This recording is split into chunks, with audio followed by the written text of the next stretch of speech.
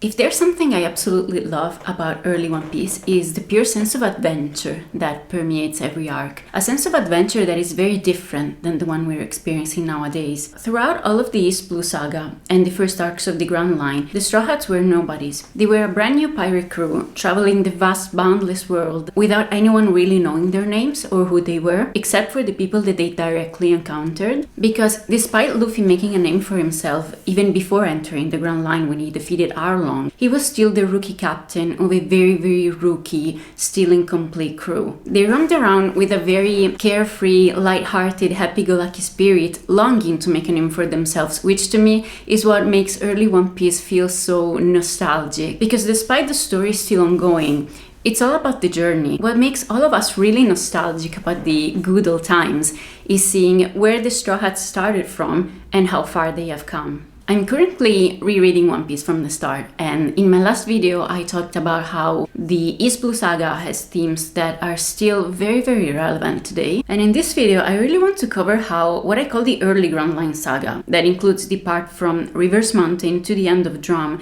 has so many hidden treasures and is just so valuable that I can't possibly reduce it to just being the prequel of Alabasta. Of course, it's not wrong to consider it so, because from the moment Vivi appears and the Straw Hats decide to take her to Alabasta, it is, in fact, the journey to Alabasta. So I'm not saying it's wrong to consider it so, but I just want these arcs, Reverse Mountain, Whiskey Peak, Little Garden and Drum, to have their moment of glory, because they are packed with amazing moments, valuable lessons, beautiful themes, and most of all, foreshadowing. Guys, the foreshadowing in Drum. So I want these arcs to shine on their own without solely being the intermediate steps of a specific quest. So, shall we explore? Here we are sailing towards the Reverse Mountain. The Straw Hats just barely made it out of Logtown after a series of very unlikely and lucky events where they managed to escape from Smoker, the Marines, and Buggy and his crew that they were all after them. But the sentiment that the Straw Hats are sharing in that moment is just pure joy and happiness. As they approach the entrance to the Grand Line, we start seeing how the setting for their adventure starts becoming more and more surreal,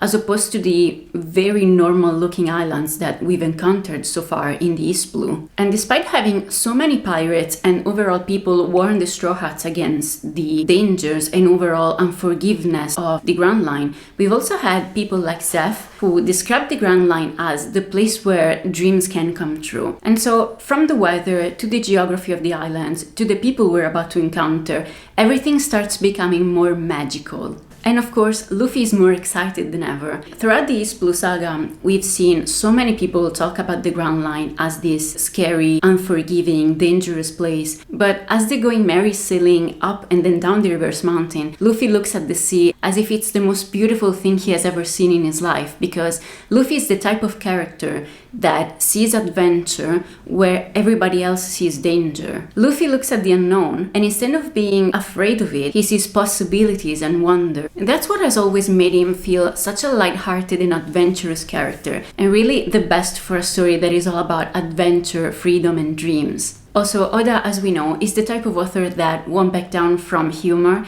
and most of all irony. And I think with the Straw Hats entering the Grand Line, we have two very clear examples of that. We've seen a few times in this Blue Saga how more experienced pirates refer to the Straw Hats as small frogs or small fishes that have yet to discover how big the ocean is, as a way of saying they are weak nobodies and they have no idea what they're getting themselves into. And what's the first thing that happens to them as soon as they enter the Grand Line? That as the small fish as they are swallowed by a huge whale.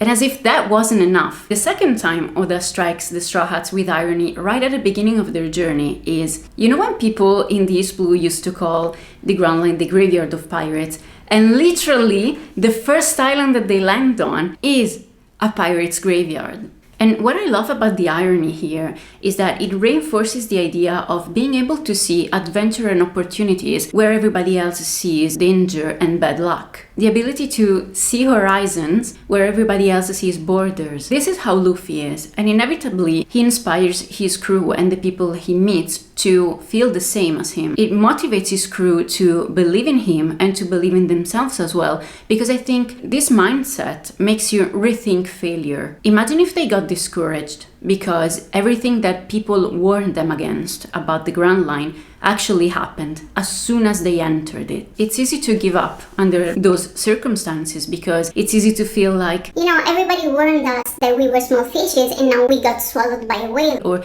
See, they warned us, they told us that the Grand Line is a graveyard of pirates. I think this is a mindset that makes you rethink failure because not only the Straw Hats went out of both situations as winners, but they also managed to make new friends along the way, allies, learn something new, and inspire others as they did. And it makes me think that maybe sometimes failure is just the way you look at things. You could see this as a premonition that became reality, or as some of the many inconveniences that you will face along the way that are part of the many steps of your journey. As part of the friends and allies the Straw Hats made here, we see that as they're about to leave the Reverse Mountain, Luffy learns of Laboon's story. Luffy decides to free Laboon from the torment of waiting for a crew that, as far as we knew then, abandoned him and forgot about him. Luffy gives Laboon a new reason to wait, something new to live for, something that feels exciting and like a challenge rather than torment and suffering. Throughout the One Piece series, we've seen many times how there's a very strong connection between the idea of life and the idea of pursuing a dream. As we've seen in the East Blue Saga, Luffy and Zoro expressed this idea very loudly. The meaning of life is heavily tied to the idea of following their dreams, pursuing their dreams. And when a dream dies or is not followed, life doesn't really feel like life anymore, but just existence. And I think when everybody warned the Straw Hats against the Grand Line being the graveyard of pirates was also because metaphorically is a place where you can fail to follow your dreams, where countless of people have actually failed to achieve their dreams. And once you lose that dream of yours or the determination to go after it, it might not feel like you're alive anymore.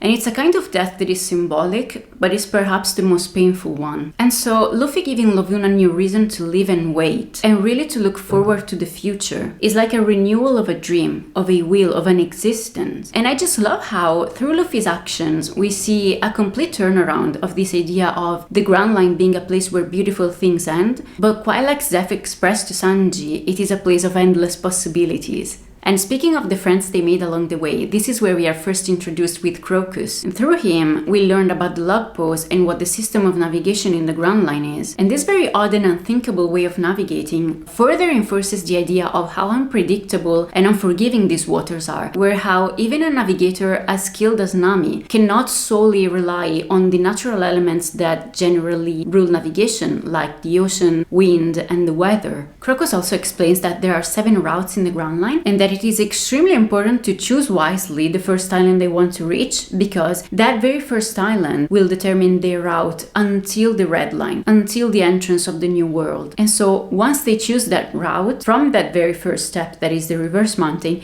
they will never be able to change it. And it seems like a decision that holds an immense weight, especially considering the circumstances that the Straw Hats were in at that moment. They had to choose if they wanted to help 2 people that they just met. They were Mr. Nine and Miss Wednesday, or abandon them and go wherever they felt drawn to the most. And in that moment, Luffy decides to help the 2 Baroque Works agents and tells Crocus that if they don't like the route that they choose, they're just gonna come back and pick a new one. And I love how Luffy, and this is gonna happen many times throughout the series, Luffy's like the antithesis of an overthinker. When he is placed in front of a decision that holds an immense weight, where everybody else is considering, pondering, and everybody else is like, okay, we need to think about this. We need to make this decision that is going to determine the rest of our journey, that is going to determine our life, that is going to determine our destiny. Luffy is just like, yeah, let's go. He'd rather follow his heart, and then if there's something to worry about, he'll worry about it when and if that will actually happen. Because he doesn't really see any reason or value in dwelling in the what ifs and in the imaginary scenarios. And I love how this trait of Luffy's personality not only reflects One Piece's nature of being a cheerful, carefree, joyful story, but it also ties to this mysterious balance of luck, coincidence,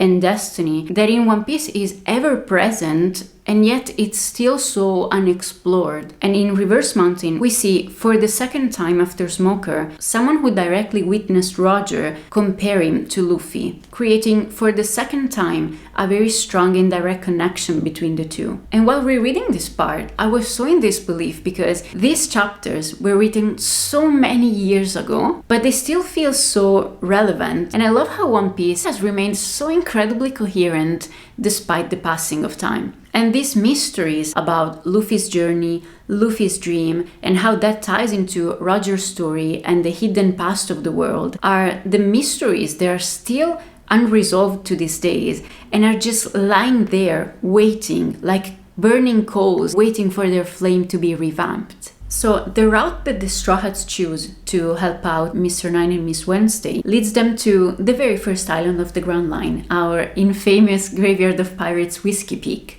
But something I always loved about this island and the way it was introduced is how Oda is so amazing at representing an environment in a certain way, only to completely turn it around later. Here the Straw Hats are approaching this very cheerful, happy, cacti-like island where there are people that are welcoming them, cheering on them, and cheering on pirates really. And only later we will find out that those people were actually bounty hunters that were setting a trap for them, and those cacti-shaped mountains are actually a graveyard of pirates. And as a reader, this overturn of the context we were initially presented with has a huge surprise effect, but it's a type of surprise that feels more like a revelation rather than just something out of the blue. And this particular writing style of Oda, even in the smallest things, even in the smallest details, is what makes the plot feel so surprising and refreshing, but at the same time still very logical and coherent. In this arc, we also see how Oda is structuring a bigger story here. He reveals Miss Wednesday to be Princess Vivi, he reveals the identity of Igaram, and we learn about their mission to save Alabasta from the criminal organization Baroque Works. And we start seeing little by little all the elements that will lead us to the first big arc of the Grand Line that is Alabasta. Another very important introduction that we have here is Robin! I like her a normal amount. Her first appearance is very, very interesting. She appears on the Going Merry out of nowhere, and the Straw Hats are shocked, scared, and ready to fight. But I love how Luffy is kind of testing the waters with her. He doesn't really know what to think of her because the way she's acting is pretty ambiguous. I think it's very interesting how in the manga, Luffy is not showing any open hostility towards her until he gets annoyed at her because she takes his hat. And I love this because Luffy has always been very intuitive with people. He surely is naive, and he gets deceived quite a few times in the story, but he is very, very good at reading people's intentions. And as I said, Robin's introduction is very ambiguous. Of course, what I'm saying goes specifically for the manga, because in the anime, having voice actors act in a certain way that they were instructed to, Robin pretty much sounds like a deceiving villain. But in the manga, where you only really read her words, but not necessarily the emotion behind them, I love how you can read this part in a complete different way if you're reading it for the first time and you don't know Robin and Robin's story.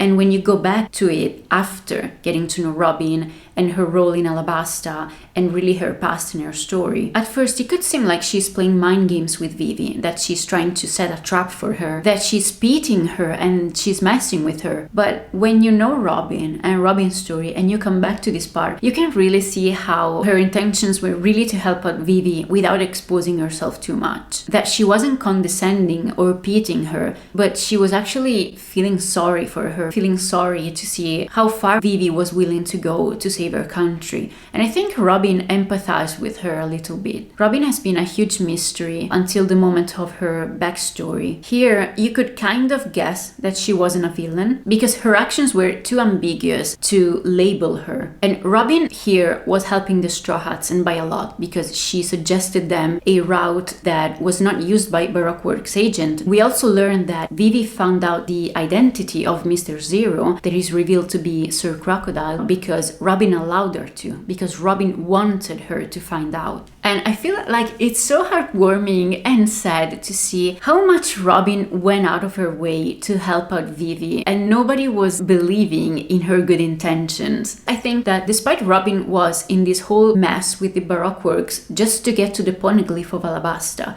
I think Robin empathized a lot with Vivi, and that's the reason why she reached out to help her. And Luffy here has one of his amazing Captain Freedom moments where he demonstrates his unparalleled spirit of determination and freedom and adventure by destroying the eternal pose that Robin was offering them. He didn't do that out of distrust for Robin. This whole new world is exciting for Luffy, and he refuses to surrender the reins of his adventure, of his journey, to anybody else. As they sail towards their next destination, Little Garden, Vivi is now with them, and Nami bonds with her a lot, mainly because I believe Nami also understands Vivi very, very well. And I think the moment we see this kind of bond is when Vivi is starting to feel a bit better by spending time with the Straw Hats. And Nami notices that, and she states that once you're on that ship, you kind of forget about your worries. And that's the same thing that happened to Nami before she left for Arlong Park. Nami relates to Vivi because they both went on a mission to save their home. She understands Vivi and she understands what she's going through,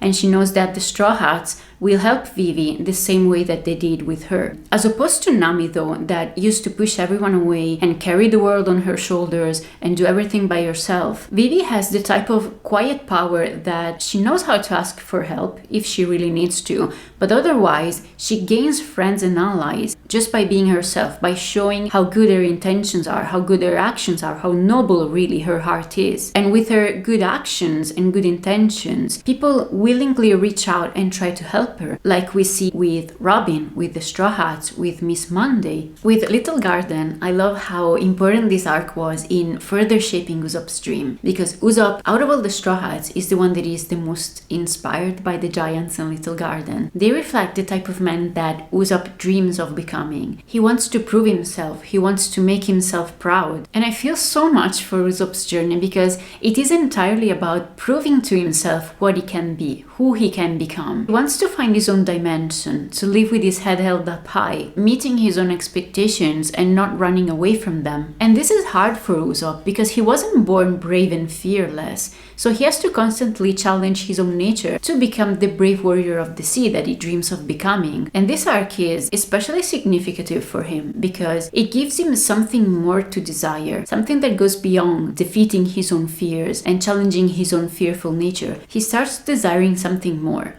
pride, fierceness. He wants to not only be brave, but to exude that energy, like the giants do, to have a presence that commands respect and admiration. He wants to naturally have that pride, that fierceness, that bravery, that courage without forcing it. And this ties with his fight in Arlong Park, because Usopp doesn't really care about how people see him or how people perceive him. For Usopp, it's all about the inner journey. He wants to make himself proud. Dory and Broggy are, of course, not only significant for Usopp and the Straw Hats, as they will most likely grant them a friendship with Elbaf, but they are also important because their relationship mirrors the one of Zoro and Sanji. Dory and Broggy were dueling over something they argued about 100 years ago, and they couldn't even remember what that was about, until they see Zoro and Sanji bickering over who hunted the biggest animal on the island. And we see that that's exactly how the fight between Dory and Broggy started. We get a little backstory of them, and we even see how the mountains of Little Garden are actually their praise, still lined side by side as they placed them to compare the size, and are now all covered in the greenery, trees, bushes that slowly grew over those long 100 years. I think it's really nice that Oda displayed this kind of rivalry, because to a distract reader it could seem like Zoro and Sanji don't care that much about each other,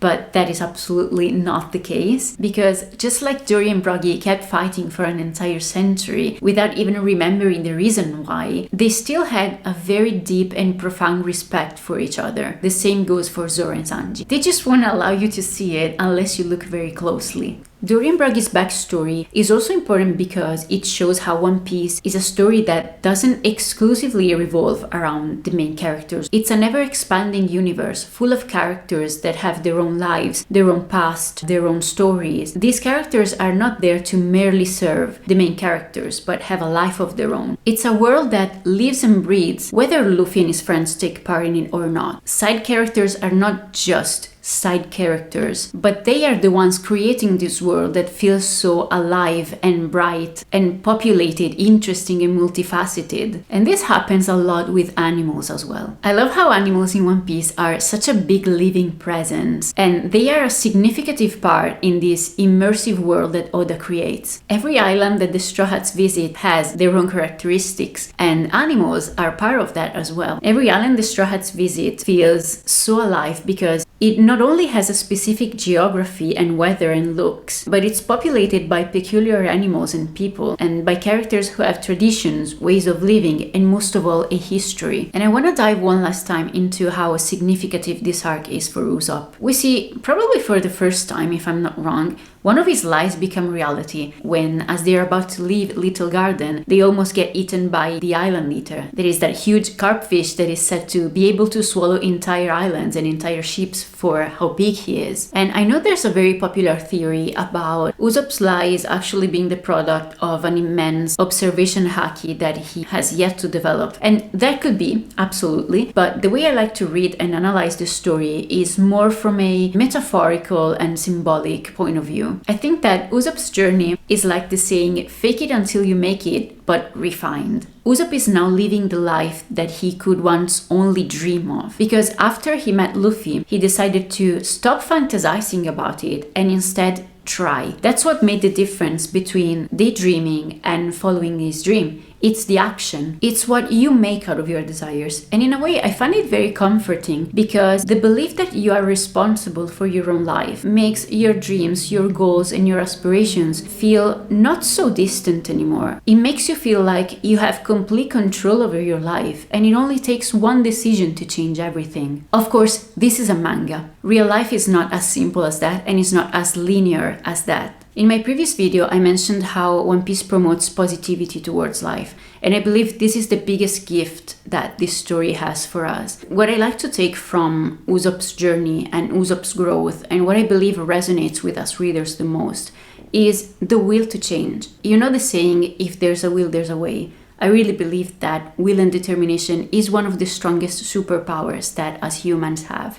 So, as the Straw Hats are leaving Little Garden, there is a major inconvenience that forces a detour for them. Nami gets sick. And at that point, changing the course of their journey is inevitable. Nami showed how essential she is to the crew, to navigating the Grand Line. She's incredibly skilled as a navigator. She can read even the most unpredictable change in the wind and change in the weather, as if she's foreseeing it before it even happens. And we see how Vivi's impressed by her talent. So when Nami gets sick and the crew has to decide what to do in regards to their journey to Alabasta, Vivi not only cares about Nami's health, but she also understands her value as a navigator. She decides to prioritize her health, knowing very well that even with an eternal pause, they would never be able to navigate such merciless waters without someone as skilled as Nami. And as they are approaching Drum, our next island, Luffy has an amazing learning moment with Vivi. What I love about this moment is, despite how childish and a bit prideful Luffy is about being the captain, he always knows the difference between having that captain pride and prioritizing his crew. He understands that he acted impulsively and in a way that would have hurt a sick member, and so he reflects on his own actions and he apologizes. And I really love how humble he is in his will of learning anything that would make him a better captain. He already is an exceptional captain, and we've seen that in the way he helped his members, in the way he freed them from their suffering, from their torment. And we'll see it even in Drum when he's gonna climb the Drum Mountains barehanded, carrying both Nami and Sanji. But I think a moment like this, where we see the way he makes up for his own mistakes, is very, very important, because we see how, despite Luffy being perfectly fit for his role as a captain, there is always room for learning, and it's very, very important to be humble about mistakes and about learning. In this arc, of course, we get to know Chopper, and his story is really a tragic one about abandonment, about being an outcast, not fitting in, being considered a monster because of your looks and nature. In Chopper's story, Dr. Hero Luke plays a crucial role. Chopper, who is a reindeer with half animal, half human qualities because of the devil fruit that he ate, is ostracized and refused by both reindeers and humans because he doesn't fit into any of those groups. However, Dr. Hero Luke took him in, cared for him, and gave him the name Tony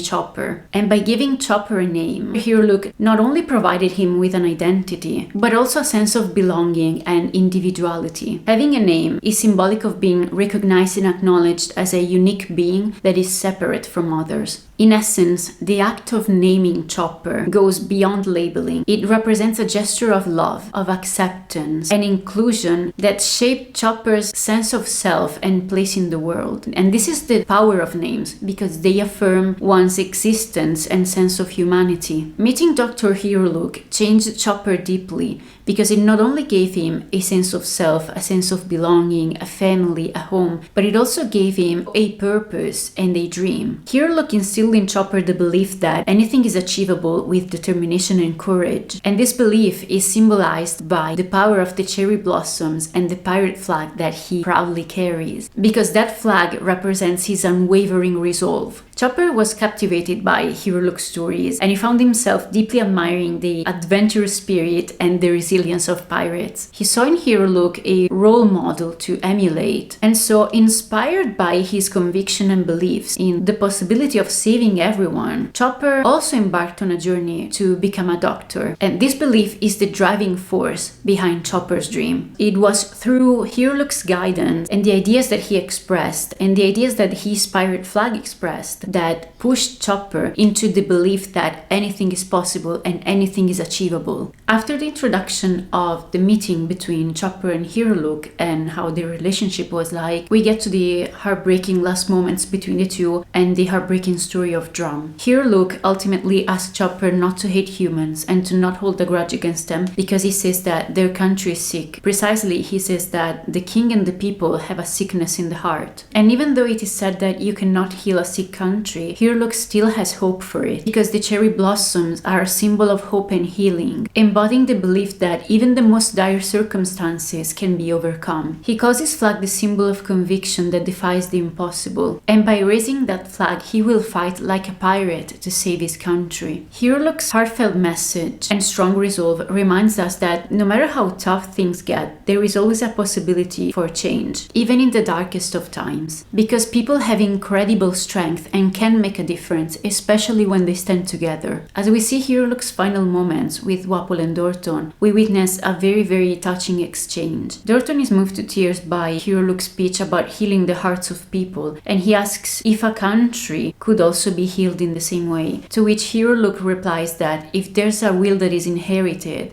then it is possible. This echoes a theme that we've seen before in Logtown, with that quote from Roger about freedom and dreams being passed down through generations. And this idea of an inherited will represents an enduring legacy of righteousness, justice, dreams, and peace that transcends time. It's a very central theme in One Piece, and here for the first time we see it applied to a ruler and a country. And it's a powerful anticipation of the big forgotten story of One Piece, the story about the Void Century. And ultimately, this is a theme that highlights the resilience of the human spirit and the enduring power of hope. Because no matter how dark things may seem, there will always be individuals that are born with freedom in their hearts. They will carry on the will to believe in dreams and justice. These ideals, freedom, justice, hope, endurance, will always guide the way forward and will always shine through no matter how dark times may get, like the sun emerging from behind an eclipse. And speaking on foreshadowing, Guys, we see a very short backstory with Dorton and Wapol attending a reverie in the past where they met Vivi, King Cobra, and Garam for the first time. Wapol slaps Vivi, and Dorton admires Vivi for not reacting to that. And he states that even the smallest inconvenience during the reverie could cause a war. guys, King Cobra, Vivi, Wapol, the reverie, an inconvenience that could cause a war. Chopper's journey is deeply influenced by the admiration that he has for pirates and for his longing for adventure that he inherited from Dr. Hiruluk. And when he meets Luffy, Luffy pretty much confirms everything that Chopper believes in about pirates, because Luffy embodies the spirit of adventure. When Luffy invites Chopper to join the crew, however, Chopper is facing an internal struggle because of his past. And is questioning whether he can truly embrace the adventurous life that he has always longed for. So Chopper has to fight against the beliefs from his past to allow himself to follow his dream. And there's a particular episode that is a huge scar in Chopper's heart. When Hiruluk learned about the severity of his disease and that he only had 10 days left to live, he tried to push Chopper away because he wanted to spare him the pain of losing a loved one, underestimating Chopper's feelings of abandonment, because being abandoned and being an outcast has been a defining aspect in Chopper's life. When Chopper learns the truth behind Dr. Hirulook's actions, he doesn't accept the reality of what's gonna happen because he believes, thanks to Hirulook and the cherry blossoms and the pirate flag,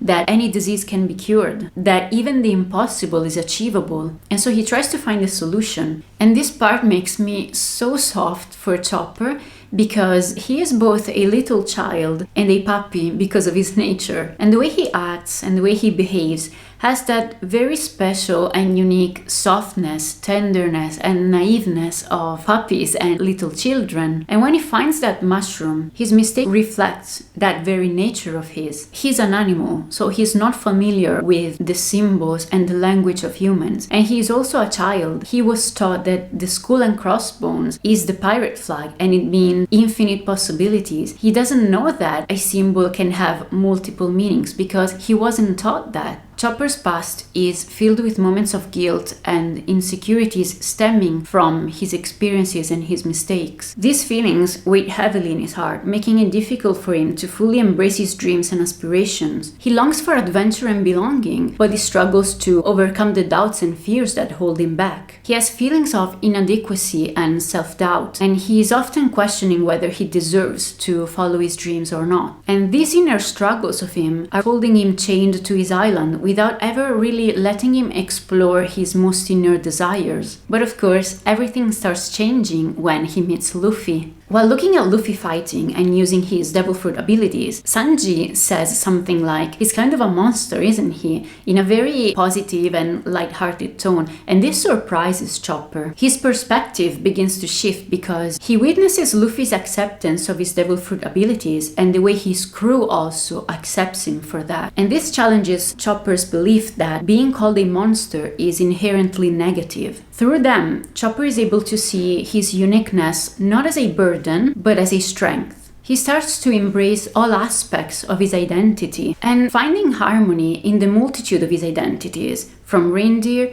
to human to friend to doctor to, of course, pirate. And in this way, Chopper's evolution reflects a very universal truth. What sets us apart can also be our greatest strength. And his journey from being an outcast to embracing his uniqueness resonates with the idea that true acceptance comes from within, as we learn to love and accept all parts of ourselves. In this arc, there's also a reprise from a theme that we've seen in the East Blue, that is the idea of trusting and believing in others. The reason the Straw Hats reached Drum Island was because of Nami's sickness and because they needed to get a doctor for her. So throughout all the events of Drum and the fight against Wapol and his men, Nami, of course, is in bed, recovering and being treated by Kureha. And for the second time, Luffy leaves his hat to her. And I've already talked about how warming and reassuring this gesture is, and how this is a non-verbal way of saying everything's gonna be okay. There's also a really wholesome scene of Luffy breaking into Nami's room as he's looking for a jacket. When Nami asks what's going on outside, he just says, "Yeah, they're fighting." And that's a very Luffy thing to do, like to dismiss the whole mess that is going on. And I love this moment because his priority as a captain is for Nami to get well, to get better, to heal. And so he doesn't want her to worry about anything else other than that. At the same time, we have a scene with Usopp and Vivi that fits the same theme. Usopp tells Vivi that she's worrying too much. And with that, he carries the idea of believing in your friends, believing in your companions, in sharing your burden with trusted people. Because life is too hard when you carry the world upon your shoulders.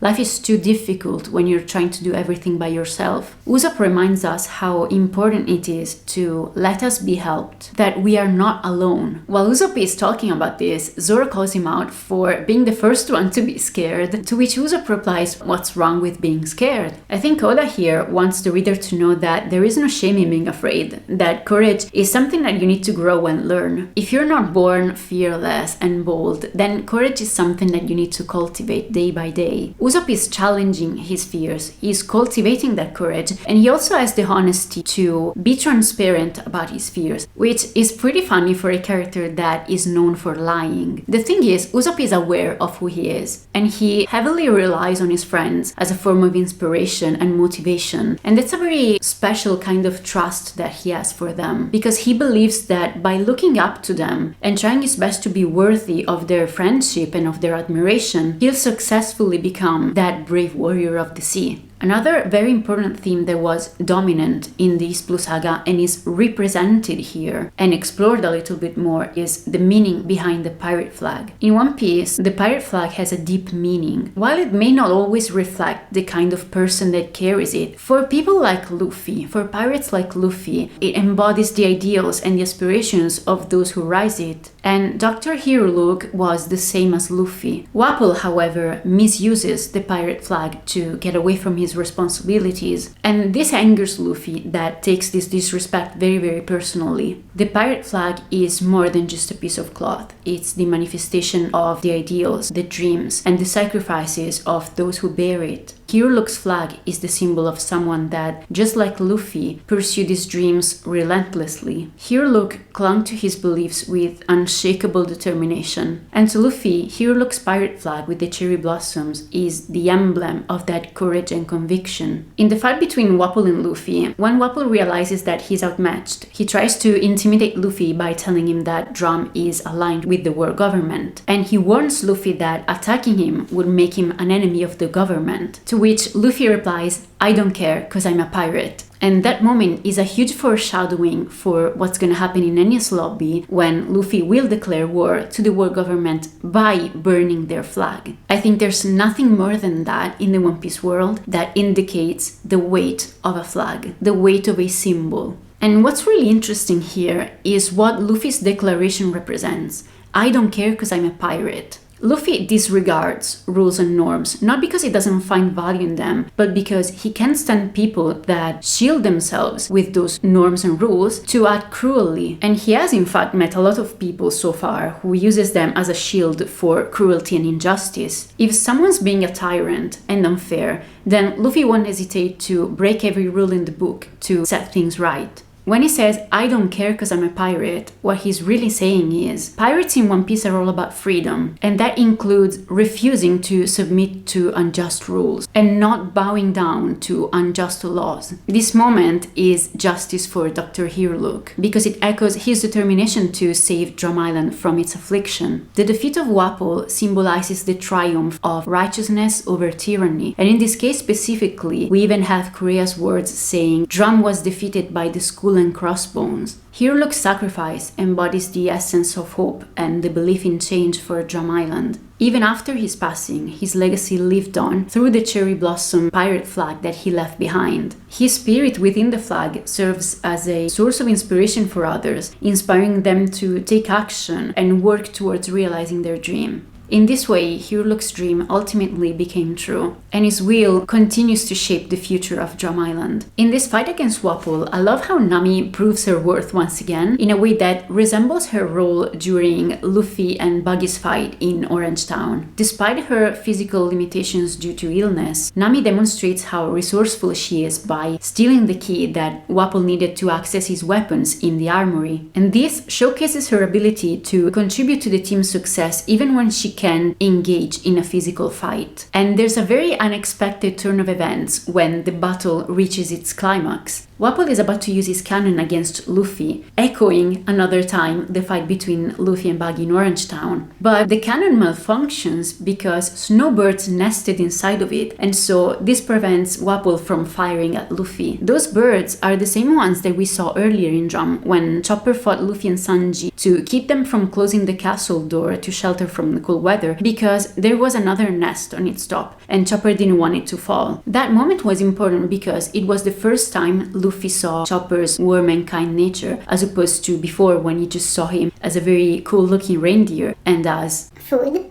He saw through Chopper's monster-like looks because of those birds. And I really love how that moment ties into the defeat of Wapol, because it somehow creates a connection between Chopper's inherited dream of wanting to heal everyone, Hero Luke's dream of healing a sick country, and Wapol's defeat. And it's even more significant because birds are universally a symbol of freedom. Luffy sees Chopper's longing to become a pirate, and he offers him once again to join his crew. He's ready to welcome him with open arms. Chopper, however, hesitates because, as we've seen, his past left deep scars in him. We even have a glimpse of a conversation between Kureha and Nami, where the doctor asks if they can heal the scar in his heart. This underscores the emotional pain and baggage that Chopper carries, but Luffy's response, of course, is straight to the point. Shut up, let's go. In his own way, Luffy cuts through Chopper's overthinking, urging him to move forward without dwelling in his insecurities and guilt anymore. Luffy saw Chopper's admiration for pirates and his desire to become one pretty much the same way Luffy used to idolize Shanks and his crew. With his immense emotional intelligence, Luffy recognized Chopper's strong desire to join the crew, and how that desire was hindered only by his own negative self-judgment. And this moment is all about understanding and friendship, pretty much because understanding and friendship is what defines the Straw Hat crew. Chopper's farewell to Drum is devastating, to say the least. He's dealing with a lot, feelings of abandonment, rejection, the loss of Hero Luke, living under a corrupt ruler, saying goodbye to his only friend Kureha, abandoning the only place he has ever known as home. It's a lot for anyone to handle, let alone a puppy child like Chopper. And Chopper's farewell is important because it represents a defining moment in Chopper's evolution. This represents a turning point in his character development. It marks the transition from a shy and uncertain young reindeer to a brave and compassionate individual that is ready to face any challenge that lies ahead. And as readers, we can't help but be moved and touched by Chopper's farewell to Drum because it really shows the weight of Chopper's emotions. As he leaves the only home he has ever known, the cherry blossoms of Dr. Hero Luke serve as a symbol of hope and remembrance. And despite the hardships that Chopper has faced, abandonment, loss, corruption, Chopper finds peace in the beauty of the cherry blossoms, carrying with him the memories of Hero Luke's kindness and the lessons he learned about compassion and healing. And in this moment, we are witnessing Chopper's newfound purpose and courage as he bravely embarks on a new journey, leaving behind the comfort and familiarity of Drum Island to seek his place in the world. I can't do this, I'm tearing up. His farewell is not just a goodbye to a physical location, but it's a farewell to his past struggles and a declaration of the determination to forge his own path forward. Drum Island has been truly an amazing arc with really amazing, touching and moving moments. And another big moment that we have in Drum is that we have, for the first time, the introduction of Ace. Ace is introduced for the first time here. He's a mysterious figure searching for Luffy, and there's a detail about his introduction that I really love. The person that refers, there's this foreigner who arrived in Drum Kingdom looking for Luffy, says that that day it even stopped snowing. Now, this could be interpreted in a few ways. It could be hinting at Ace's devil fruit abilities, suggesting a link to fire and warmth. Metaphorically, it could suggest Ace's disruptive nature, foreshadowing events to come. Or it could just be a coincidence. But regardless of the interpretation, this detail adds a lot of curiosity, a lot of mystery to Ace's character, and leaves us readers eagerly anticipating who Ace is, what his role will be in the events unfolding. And it's these very subtle touches that make One Piece such an immersive world to explore. And as if this arc wasn't already packed with foreshadowing and informations and anticipations, we finish with a bang. Kureha sees Luffy's bounty for the first time, and she immediately points at the D initial in his name. And with the words that follow, she creates, for the third time, after Smoker and after Crocus, a very direct link with the Pirate King. Because in fact, Kureha is the first person to mention Roger's full name as Gold D. Roger instead of Gold Roger. And when Dorton questions her if she means Gold Roger, she says, "Is that how the government calls him nowadays?" and this indicates that the D initial in Roger's name is concealed for undisclosed reasons. This subtle exchange hints at a deeper theme surrounding the significance of the D initial, and it suggests that the government may be suppressing information about individuals with this initial in their name for their own secretive reasons. And when Kureha looks at Luffy's bounty again, she says, "The will of D lives on." And her words carry a profound meaning, because they raise questions about what she knows, especially considering her presence during Roger's era. But furthermore, it really echoes Hero Luke's last words: "A man dies only when he is forgotten." Because additionally, Dorton and Hero Luke's speech about the inherited will to save a sick country may tie into the broader concept of Joy Boy's will, of Joy Boy's journey, and the inherited will to save today's world, challenging the world government. And this could be another foreshadowing of the central theme in One Piece, that is the quest for knowledge and truth about the Void Century. At its core, this arc explores the concept of compassion, sacrifice, and pursuit of healing in the face of adversity, and it introduces characters like Hero Luke and Chopper that symbolize the power of hope and resilience in times of despair. The theme of healing a sick country resonates deeply with the broader themes of One Piece, particularly the mysteries surrounding the Void Century and the mission of Joy Boy and Roger, who are both figures from the distant past who are often associated with the idea of fulfilling a promise or a prophecy that is going to bring about significant change. The theme of healing a sick country from the Drum Island arc can be seen as a microcosm for that, because it highlights the importance of healing, compassion, and hope, and the pursuit of justice in a world that is plagued by corruption and oppression. The early Grand Line arcs are rich with themes that resonate deeply with us readers. The ideas of believing in adventure, changing and shaping your own future, embracing your uniquenesses, believing in hope in a corrupted world. The early Grand Line arcs of One Piece are not just amazing adventures filled with action and excitement, and are most definitely not just the intermediate steps before reaching Alabasta. These arcs embody very, very powerful stories that explore universal themes like courage, friendship, resilience, and hope. And through these themes, One Piece speaks to the human experience, because this very, very universal theme reminds us of our shared humanity and inspire us to navigate life's ups and downs with perseverance and courage, like the brave warriors of the sea that we all are. Thank you so much for watching. The next step in our journey will be Alabasta, and I really, really hope to see you there.